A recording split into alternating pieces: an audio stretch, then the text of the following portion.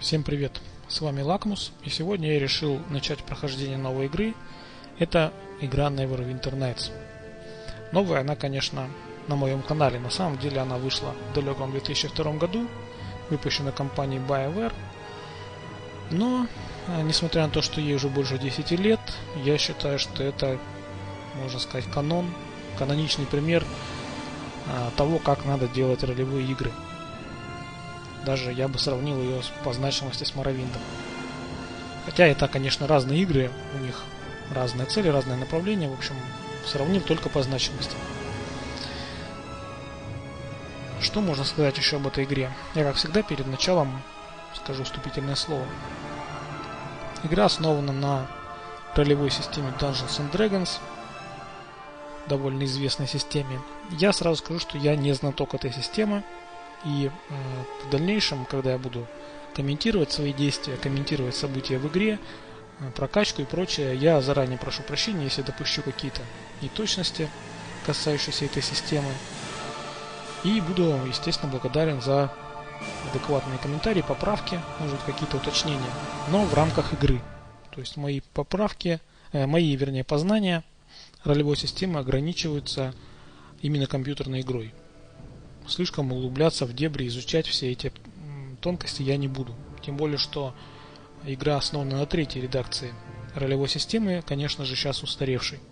Я так думаю, по крайней мере.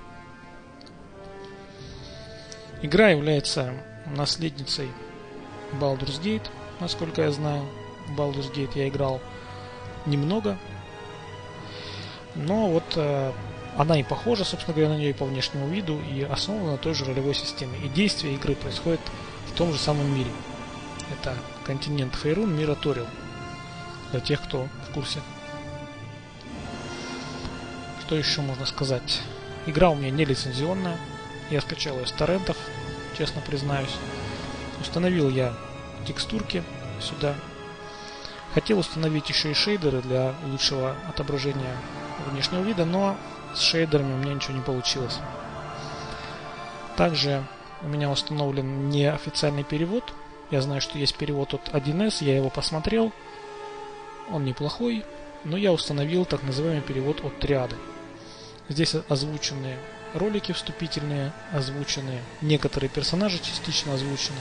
Ну и, естественно, переведены диалоги. Но тоже, конечно, не без багов там. В некоторых местах перевод отсутствует. Встречаются незначительные ошибки, но все это мы увидим. Все я, конечно, не тестировал. То есть за специально ради того, чтобы протестировать весь перевод, я игру не проходил. Я прошел только первую главу, посмотрел я тестировал персонажа в первую очередь, ну и смотрел на перевод. Ну что ж, давайте начнем, помолясь. Начнем мы с новой игры. Здесь нам предлагается выбрать, что мы будем проходить. Мы будем проходить, естественно, основную кампанию, хотя у меня установлены два аддона. Я, честно говоря, не знаю, дойдет ли до них дело, потому что сама кампания довольно длинная, и прохождение наше будет весьма длинным.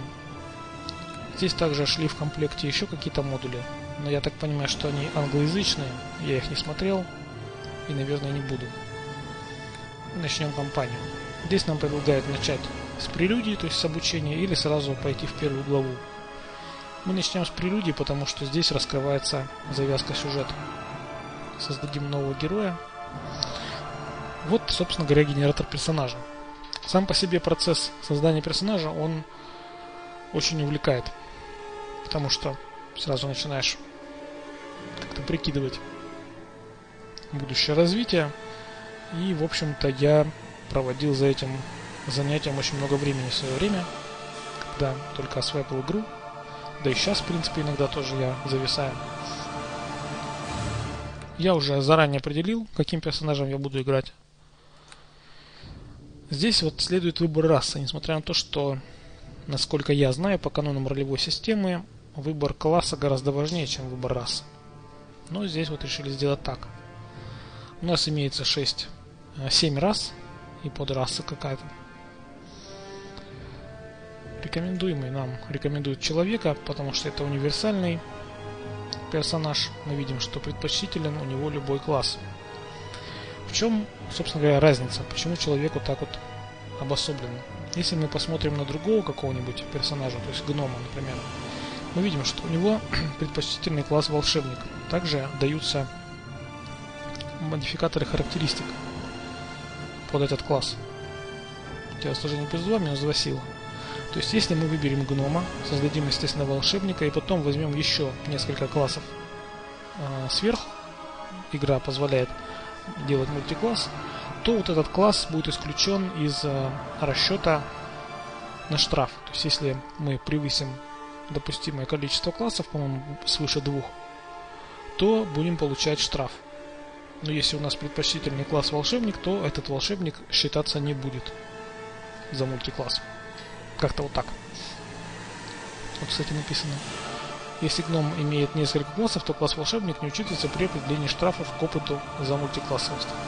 Вот так сформулировано. Вот, почему же именно человек? Я вот выберу человека себе. Потому что, во-первых, он получает одно дополнительное умение на первом уровне, плюс 4 дополнительных очка навыка, и одно дополнительное очко навыка на каждом последующем уровне. То есть это отразится на нашей прокачке. А я в своем этом прохождении буду ориентироваться не столько на отыгрыш роли, сколько на прокачку. И на прохождение как можно большего количества квестов. Квестов в ущерб, может быть, мировоззрению нашего персонажа или его классу. Конечно, все квесты у меня пройти, скорее всего, не получится, потому что многие из них ограничены именно классом персонажа. Но сколько я смогу, я все постараюсь пройти.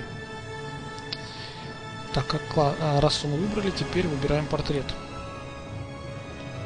Хотя многие портреты, как видим, зависят не только от расы, но и от класса, но почему-то портрет мы выбираем перед классом, не знаю. Здесь установлены дополнительные картинки, которых в оригинальной игре нет. Я предпочитаю взять, наверное, вот такую вот картинку, олицетворяющую класс колдун, потому что играть я буду колдуном. Сразу скажу, что всегда раньше я проходил игру воином. Я выбирал вот таких вот паладинов, воинов, один раз даже за варвара играл, и мне нравится играть воином. Но смотреть на это мне очень интересно. Сам по себе класс воина, он довольно-таки не столь зрелищен, скажем, и не столь просторен в плане прокачки, как класс мага. Также здесь мы видим есть список классов престижа. Когда я тестировал персонажей, я пытался сделать вот такого тусклого мастера, но это косяк перевода, скорее это бледный господин. Это некромант. То есть мы видим, что он тут может вызывать нежить. Но поиграв, я решил, что смотреть на это будет не очень интересно, потому что навыков у него немного, и процесс игры за него довольно-таки однообразен. Да и сложно. Откровенно говоря, очень сложно им играть. Тем более, что у меня установлена максимальная сложность. Чуть позже я покажу. Сразу я что-то забыл. Выбор для мага между вот этим тусклым мастером и учеником Красного Дракона, насколько я понимаю, это какой-то, даже не знаю, у него тут какое-то дыхание дракона. Тоже я смотрел на него, но меня не впечатлило. Я буду делать чистого колдуна, без мультиклассов. Поскольку, во-первых, из этого меня ничего не прельщает, а сочетание колдуна или волшебника с каким-либо другим классом лишает нас многих плюшек, доступных на больших уровнях. Поэтому я выберу колдуна и буду прокачивать только его. Других классов брать не буду. Характер. Здесь вот такой вот разброс. Мы можем быть добрым, нейтральным или злым. Давайте почитаем. Я предпочитаю, кстати говоря, нейтрально злого. Стремится получить то, что может, не проливая слезы по тем, кому он навредил. У него нет любви к порядку, и он не придерживается иллюзий, что следование законам, традициям или кодексу сделает его более благородным. Однако он не обладает такой беспокойной натурой или любовью к конфликтам, как хаотично злой. Преступник, который грабит и убивает, чтобы получить то, что он хочет.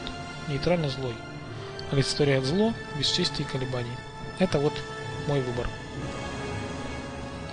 Хотя, конечно, надо сказать, что по логике происходящих событий, по сюжету, наш персонаж больше добрый, то есть он спасает мир. Но мы вынесем это как бы в скобках, и вот эта вот злая натура нашего персонажа будет реализовываться прежде всего в побочных квестах. А основной сюжет, он все-таки добрый. Здесь вот небольшое несоответствие есть. Ну, также можно посчитать, что мы спасаем мир, к примеру, ради наживы, а не ради какого-то высшего блага. Это такой элемент отыгрыша. Без него тут никак. Здесь нам предлагают выбрать характеристики нашего героя. Прежде чем это сделаем, пару слов о ролевой системе. Любое действие, которое мы совершаем в игре, оно определяется, естественно, набором неких цифр. Как и в любой RPG-игре, на это влияют характеристики, навыки, но прежде всего делается так называемый бросок. То есть бросается игральная кость. Стандартная кость для ролевой системы имеет 20 граней. То есть такой 20-гранник, и к полученному значению прибавляются различные модификаторы. К примеру, мы хотим открыть замок. Допустим, если мы играем в вором, мы хотим открыть замок, бросаем вот этот вот 20-гранник, выпадает, к примеру, десятка. Какие навыки у нас отвечают за взлом замков? Соответственно, навык взлома замков. Он прибавляется к значению кубика, допустим, 3. 10 плюс 3 – 13. И, допустим, ловкость у нас отвечает за навык, ну, к примеру, за открывание замков. И прибавляется сюда не значение ловкости, вот это 8, а модификатор, минус 1. В данном случае происходит не прибавление, а вычитание. И вот полученное число сравнивается со значением сложности замка, который мы пытаемся открыть. Допустим, если сложность замка 20, а мы в итоге получили 13 минус 1, 12, то мы, естественно, замок не откроем. И вот особенность ролевой системы, в отличие от многих других RPG игр, в том, что имеет значение не столько цифра, вот это значение характеристики, сколько модификатор. Каждые 2 единицы характеристики добавляют 1 единицу модификатора. То есть, допустим, нам нужно прокачивать харизму нашему колдуну. Вот плюс 1, раз, 2, плюс 2. Почему харизму? Потому что она реально важна для заклинаний нашего колдуна. Вот, колдуна и барда. Поэтому сюда я вложусь побольше. Плюс 4 сделаем. Следующая характеристика, очень важная для нашего персонажа, это телосложение, как ни странно. Потому что телосложение определяет количество здоровья. Наш персонаж изначально довольно хилый, и если мы не вложимся в телосложение, то будем очень быстро дохнуть с первого же удара самых слабых монстров. Для того, чтобы повысить живучесть нашего персонажа, я вложусь также в телосложение. Это вообще, конечно, странная такая особенность. Когда я играл воином, я в телосложение особо не вкладывался, оно там и так неплохое. То есть запас здоровья там и так не слабый. А вот при игре магом приходится вкладываться в телосложение, иначе просто наш персонаж буквально там будет иметь 3-4 хитпоинта, и мы будем дохнуть просто от того, что какой-нибудь шивый гоблин просто на нас подышит через стенку, и все. Поэтому вот телосложение. Еще важная характеристика – это интеллект. Несмотря на то, что заклинания нашего персонажа будут зависеть от харизмы, но интеллект, мы видим, определяет, во-первых, способность нашего персонажа связно говорить, то есть это будет значение иметь в диалогах. Если мы оставим 8, то мы не сможем связать 2 слов, и наш персонаж будет просто тупо мычать в диалоге, и никаких пунктов диалога не появится. Но еще важный момент, вот здесь описан.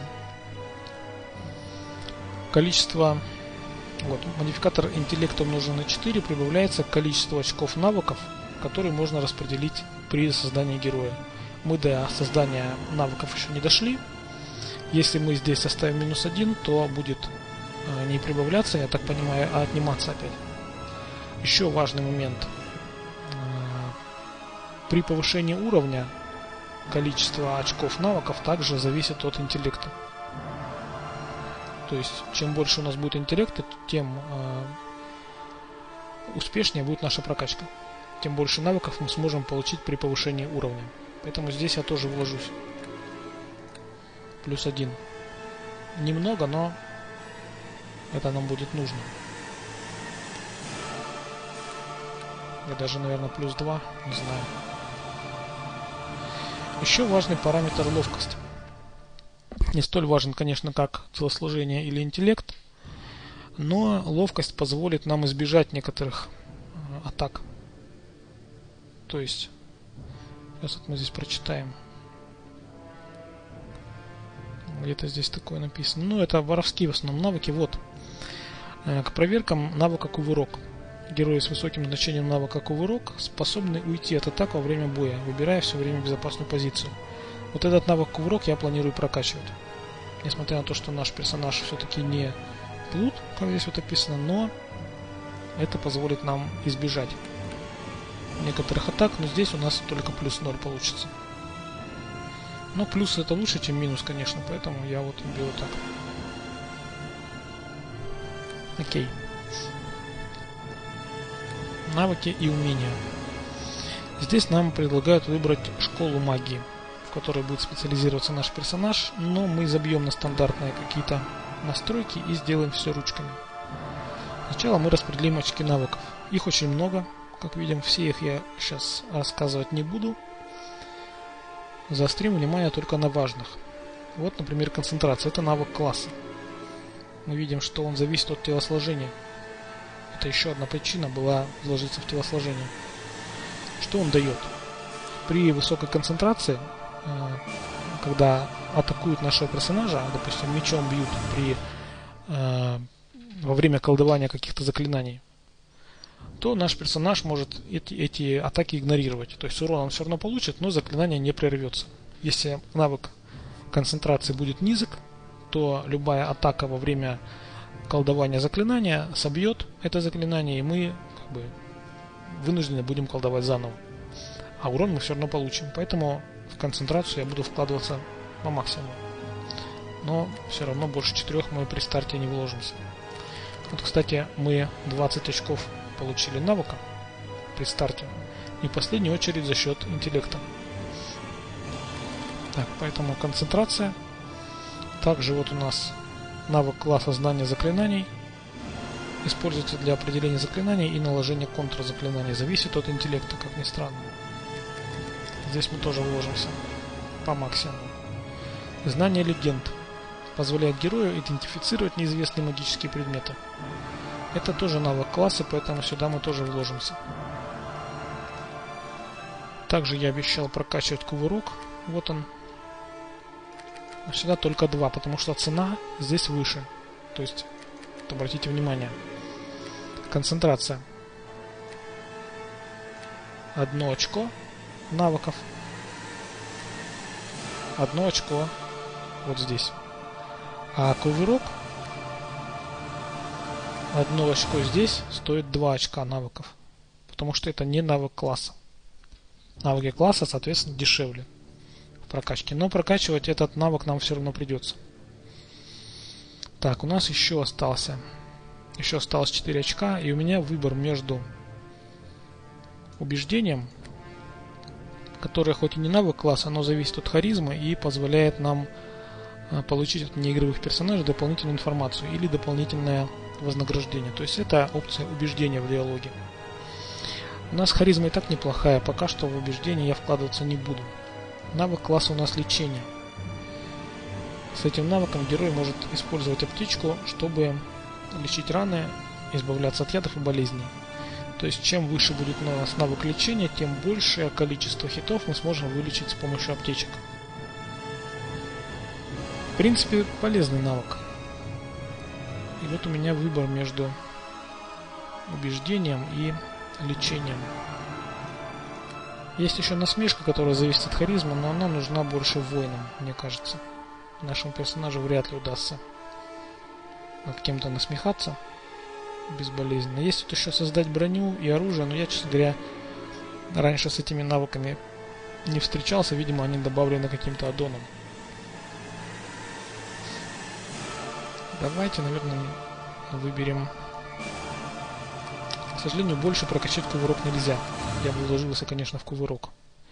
Давайте выберем лечение. Здесь дешевле, поэтому прокачать мы можем больше. 4. Ну окей. Теперь нам нужно выбрать умение. Здесь особенность в том, что при создании персонажа мы можем получить некоторые умения, доступные только здесь. Например, я всегда стараюсь это умение взять. Это удача героев. Герой получает +1 бонус ко всем спас-броскам. Здесь нужно заострить, что такое спас-бросок. Для тех, кто подзабыл или не знал.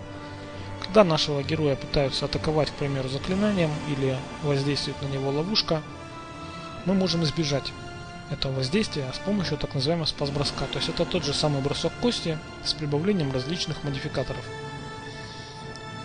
И вот спас-бросков таких есть 3 типа. По стойкости, по рефлексам и по воле. Ну, позже мы, может быть, как-то по ходу игры на этом заострим внимание. И вот на первом уровне мы можем взять вот это умение. +1 бонус ко всем спас-броскам. Я стараюсь это умение брать. По логике нам можно было бы взять вот эту фокусировку на школе магии или, допустим, вот проникающее заклинание. Но это нам будет доступно и позже. Также есть полезное умение. Вот это магографическое воспитание, которое тоже доступно только на первом уровне. Здесь мы получаем бонус +2 к проверкам навыков знания легенд, знания заклинаний.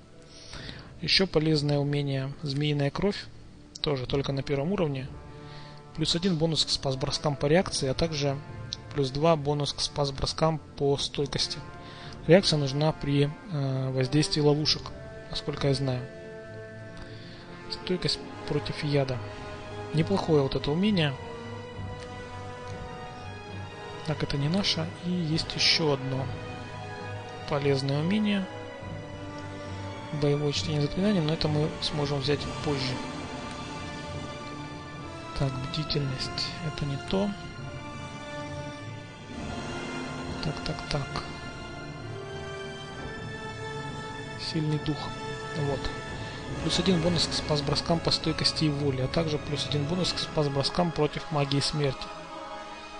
У нашего персонажа воля, скорее всего, будет низкая. Спас-бросок по воле. Поэтому, наверное, есть смысл взять вот это вот сильный дух.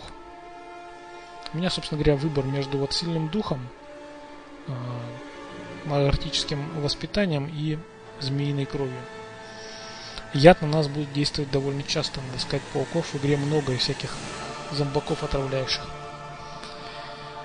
Но все-таки воля. Давайте возьмем вот это сильный дух.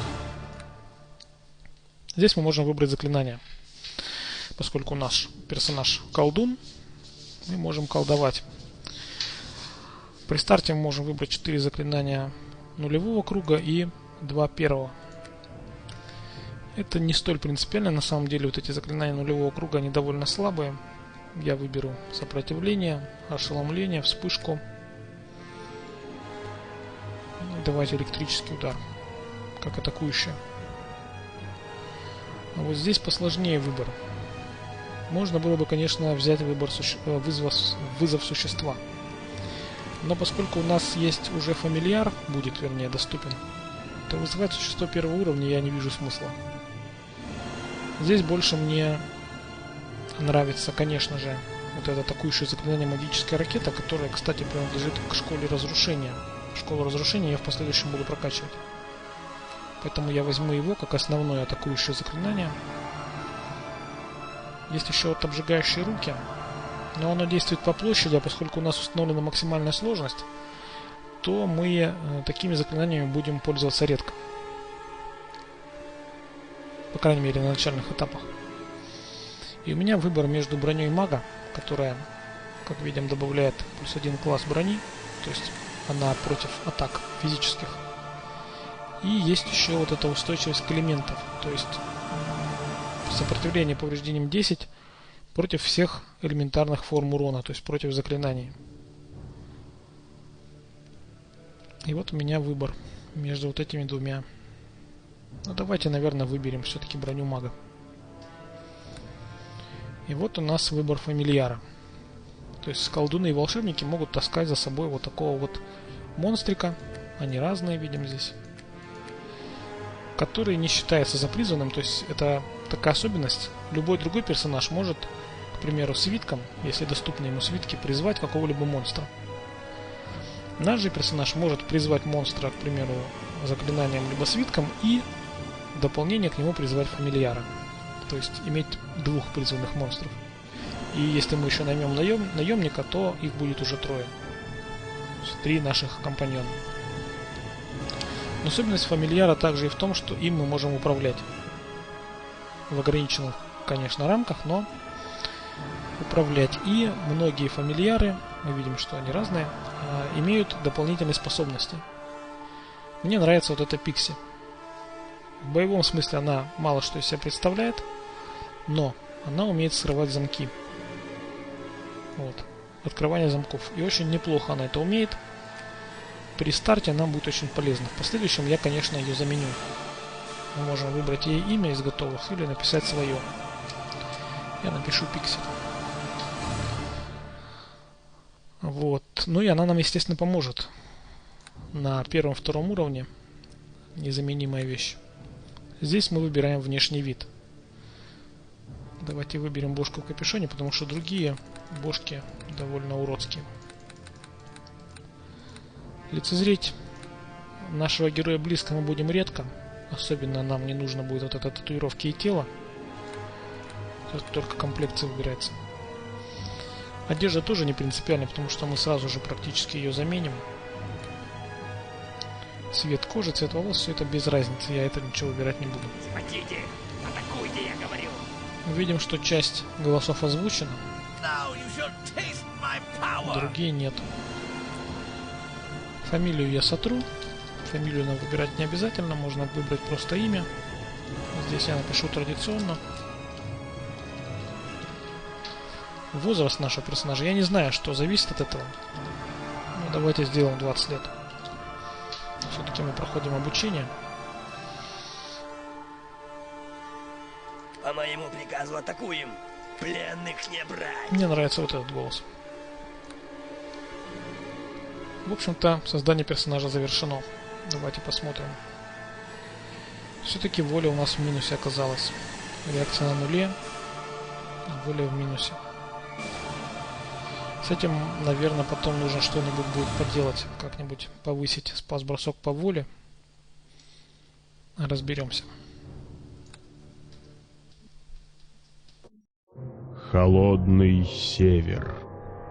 Край застывших суровых равнин, простирающихся за пределами торфяников Файруна. Безрадостные пустоши, где кочуют кланы варваров и племена великанов, а свирепые драконы повелевают поднебесьем. Среди этой безжизненной первозданной природы возвышается бастион цивилизации, Средизимний город, жемчужина севера. За высокими городскими стенами самые мужественные и выносливые пытаются сохранить жизнь среди суровой зимы под защитой и покровительством лорда Нешера Алагондора. Но существует такое зло, которому не в состоянии противостоять все мужество мира. Жестокая чума поразила город, ужасная болезнь, зародившаяся в притоне нищих. Вскоре все Средиземье почувствует на себе дыхание вопящей смерти. Эта болезнь неизлечима. Город охвачен паникой. Улицы ввергнуты в пучину насилия. Жемчужина севера преклонила колени. Чтобы спасти Средиземье, леди Арибет де Тильмарант, паладин Тира и правая рука лорда Нешера бросила клич по всем землям. Многие ответили на ее призыв. Одних привлекли обещания славы и почестей, других — блеск золота. Самых талантливых собрали в академии для обучения и тренировок под началом лучших наставников Средиземья, в надежде, что однажды появится герой, который сможет спасти город от вопящей смерти и тех зловещих сил, что за нею скрываются.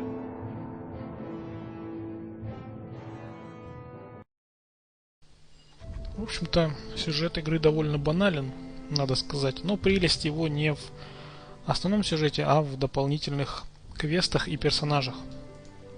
Все-таки интрига будет кое-какая. И вот мы, собственно говоря, начали пока что только обучение. Видим, что текстурки, как я и обещал, установлены. Также установлен здесь вот мы можем оценить потолок. У меня раньше его не было. Но вот такой вот обзор, конечно, из-за плеча, он интереснее в плане зрелищности, но играть неудобно. Поэтому я, наверное, выберу стандартный обзор, вот такой сверху. Давайте посмотрим на интерфейс. Для тех, кто, может быть, есть такие, которые впервые видят эту игру. Здесь журнал с описанием квестов. Сейчас пока это читать не буду, это обучение. Ничего интересного там не пишут. Мы можем включить мини-карту. Стрелочкой показан наш персонаж. Это двери зеленым отмечены. Довольно удобно. Можно ставить собственные метки. Вот здесь даже с описаниями. Можно карту увеличить, уменьшить. Вот.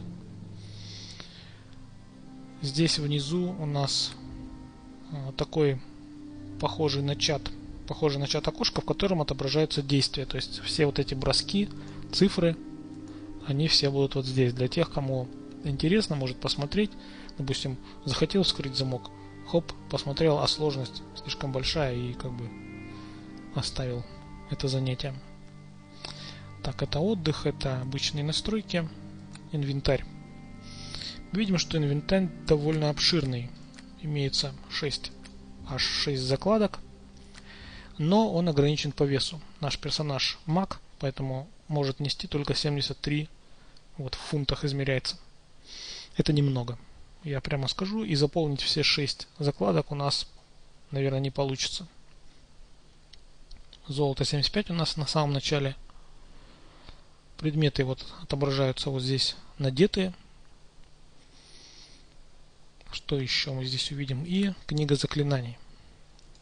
Это мы уже видели. Здесь отображаются выбранные нами заклинания. Заклинание колдуна. Это важно. Нижняя панель. Позже я ее очищу и настрою по-своему. Сейчас нам дали мантию. Можно надеть, посмотреть. Хотя мы очень скоро ее снимем. Такая. Неплохо смотрится. Также при старте нам дали несколько свитков. Я предпочитаю сразу по ходу игры сортировать все предметы по категориям. То есть в разных закладках у меня предметы разных категорий. Иначе, если этого не делать, то очень быстро наш персонаж, вернее наш инвентарь будет захламлен. Также у нас здесь есть арбалет, и мы можем им пользоваться. Давайте сравним. Бонус атаки у нас сейчас -1. Базовая атака 0. Если мы наденем арбалет, то бонус атаки 0. Базовая атака тоже 0. Кстати, вот у нас воля почему-то добавилась. Но, видимо, это те самые бонусы, которые за счет навыков идут, которые я выбирал при старте. Все-таки волю мы прокачали. Но вот реакция низкая. То есть ловушки нам могут повредить. Ножик я не вижу смысла использовать. Это я все продам. Вот это вот. Но лечилки пока оставлю, естественно. Их можно сложить в стек. 10 предметов в стек максимум.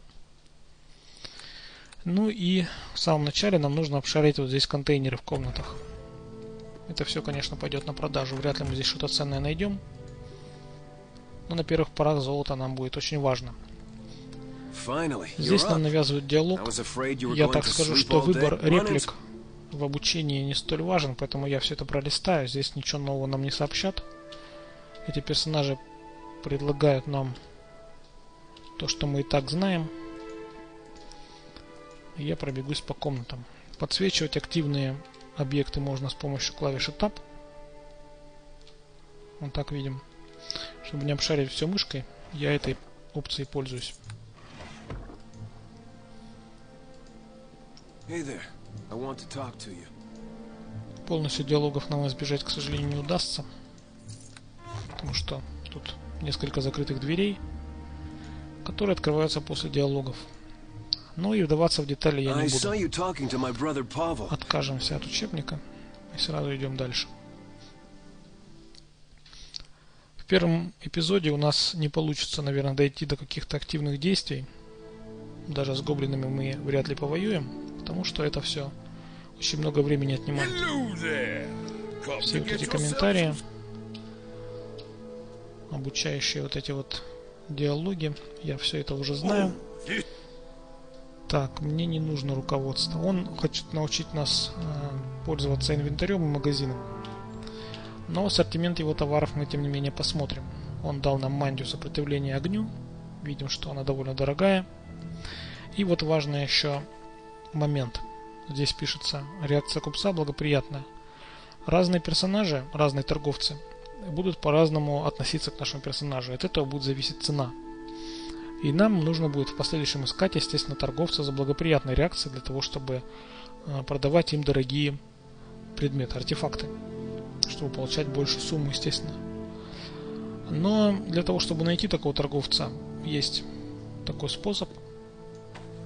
Можно сравнивать цену на какие-то предметы, которые у нас есть. То есть вот с нами будет постоянно вот этот арбалет, вот эта мантия с нами будет еще очень долго. Ну вот она, допустим, чем дороже предмет, тем, соответственно, точнее будет оценка отношения. Арбалет стоит 49, и от отношения цена зависит мало. Допустим, один торговец даст 48, другой 49. Вы же понимаете, что один золотой нам погоды не сделает. А вот разница, допустим, в полтинник уже значима. И мы запомним для примера, что вот эта мантия, хотя вот этот торговец, конечно, сдохнет очень скоро, но так вот просто. Мантию он покупает за 886. И когда мы выйдем в город, пробежимся по торговцам, я буду сравнивать именно с этой суммой. Сейчас я ему продам все лишнее. Все вот это вот. Это нам ничего не нужно. У него здесь набор разных одежек стоимостью 1. Все они отличаются только внешним видом. Все стандартное оружие присутствует в его ассортименте. Я бы, конечно, не отказался приобрести вот такой тяжелый арбалет. Но 95 цена. В принципе, можно было бы. Давайте, наверное, легкий арбалет продадим. А тяжелый купим. И экипируемся. Свитки и зелья. Они должны быть бесконечные. Но сейчас мы покупать не будем. Нам они еще попадутся по ходу. Вот. И сразу посмотрим на урон. Но все равно бонус атаки 0. Но урон должен быть все-таки немножко повыше. Да. Все, идем дальше. В следующей комнате нас попытаются обучить пользоваться картой и дневником.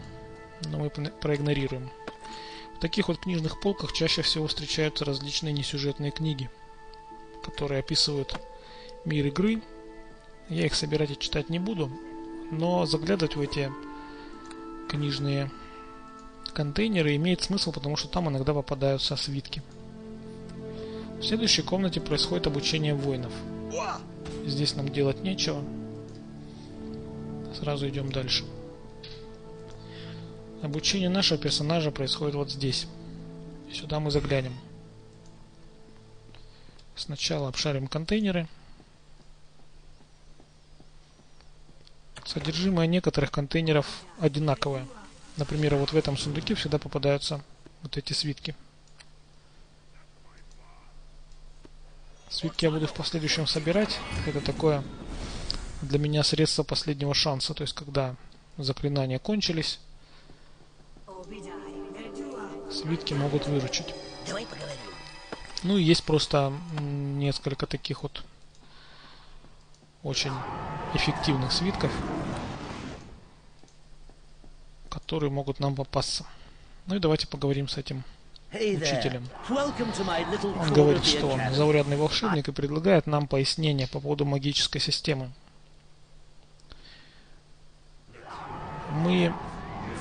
Вот здесь не все, конечно, переведено. Мы откажемся от туториала, но согласимся на испытание. Вот, нужно уничтожить, как я понимаю, вот эту статую. Так, ну-ка, что он сказал, что я пролистал? Да, видите, статую в центре комнаты, все правильно. Нам нужно с помощью заклинаний уничтожить эту статую. Вот. Статуя попала. И он дал нам в награду полезный предмет. Давайте посмотрим.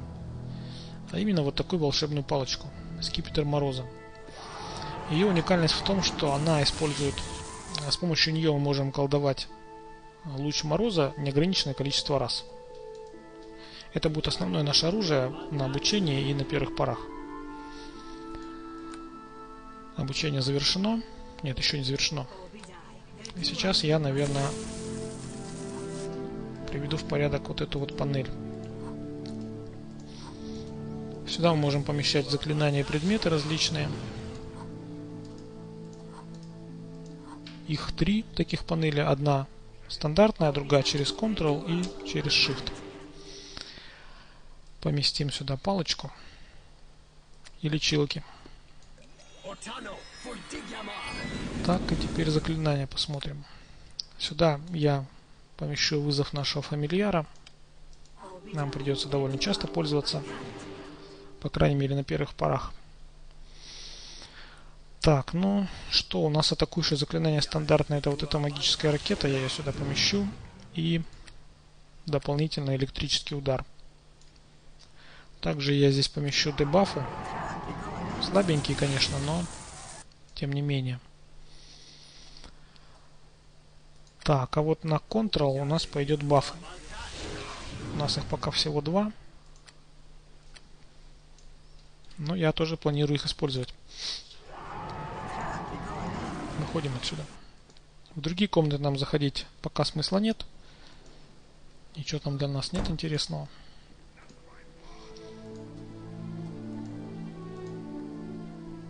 Придется поговорить вот с этим, иначе дверь не откроется.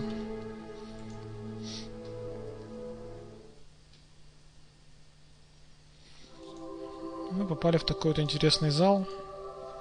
Здесь стоит Арибет. Я думаю, представлять ее смысла нет. Все об ней знают. Это такой своеобразный символ игры. Снадобье лечения серьезных ран. Отлично. Но прежде чем мы с ней поговорим, я бы сохранился. Да, и вызовем нашу Пикси.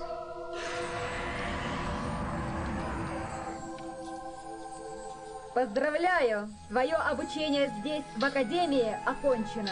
Да благословит тебя Тир! Мы видим, что часть диалогов все-таки озвучена. Я ждала встречи с тобой. Преподаватели Академии очень высокого мнения о твоих успехах. Я леди Арибет де Тельмаран. Я знаю. Возможно, после церемонии выпуска мы сможем поговорить наедине. Среди Средиземью нужны такие люди, как ты. Она хочет поговорить со мной наедине. Но она страшна, как смерть. Надо сказать, несмотря на то, что эльфийка. Вообще персонажи в игре, конечно, все не блещут особой внешностью. Ну, давайте продолжим. Мы поговорим не о будем том... отвлекаться. Стой! Что это было? Что это? Ты слышишь? Готовься, нас атакуют! Нас атакуют. В принципе, мы можем особо не вмешиваться в эту схватку. Все вот эти враги, они целятся в основном в Арибет. Ой-ой-ой, мы убили своего. Нихера себе, какой фейл. Вот, кстати, особенность игры в том, что мы можем атаковать дружественных персонажей. Я лоханулся в самом начале. Сдохнуть в обучении — это, конечно, фейл. Ну да ладно, переигрывать я уже не буду. Поздравляю! Твое обучение... Да, поздравляю, я это все уже слышал. Вот, кстати, важно не промахиваться. Боги уничтожат тебя! Но урон у нас Очень слабый. Оставь меня в покое, я не угроза тебе.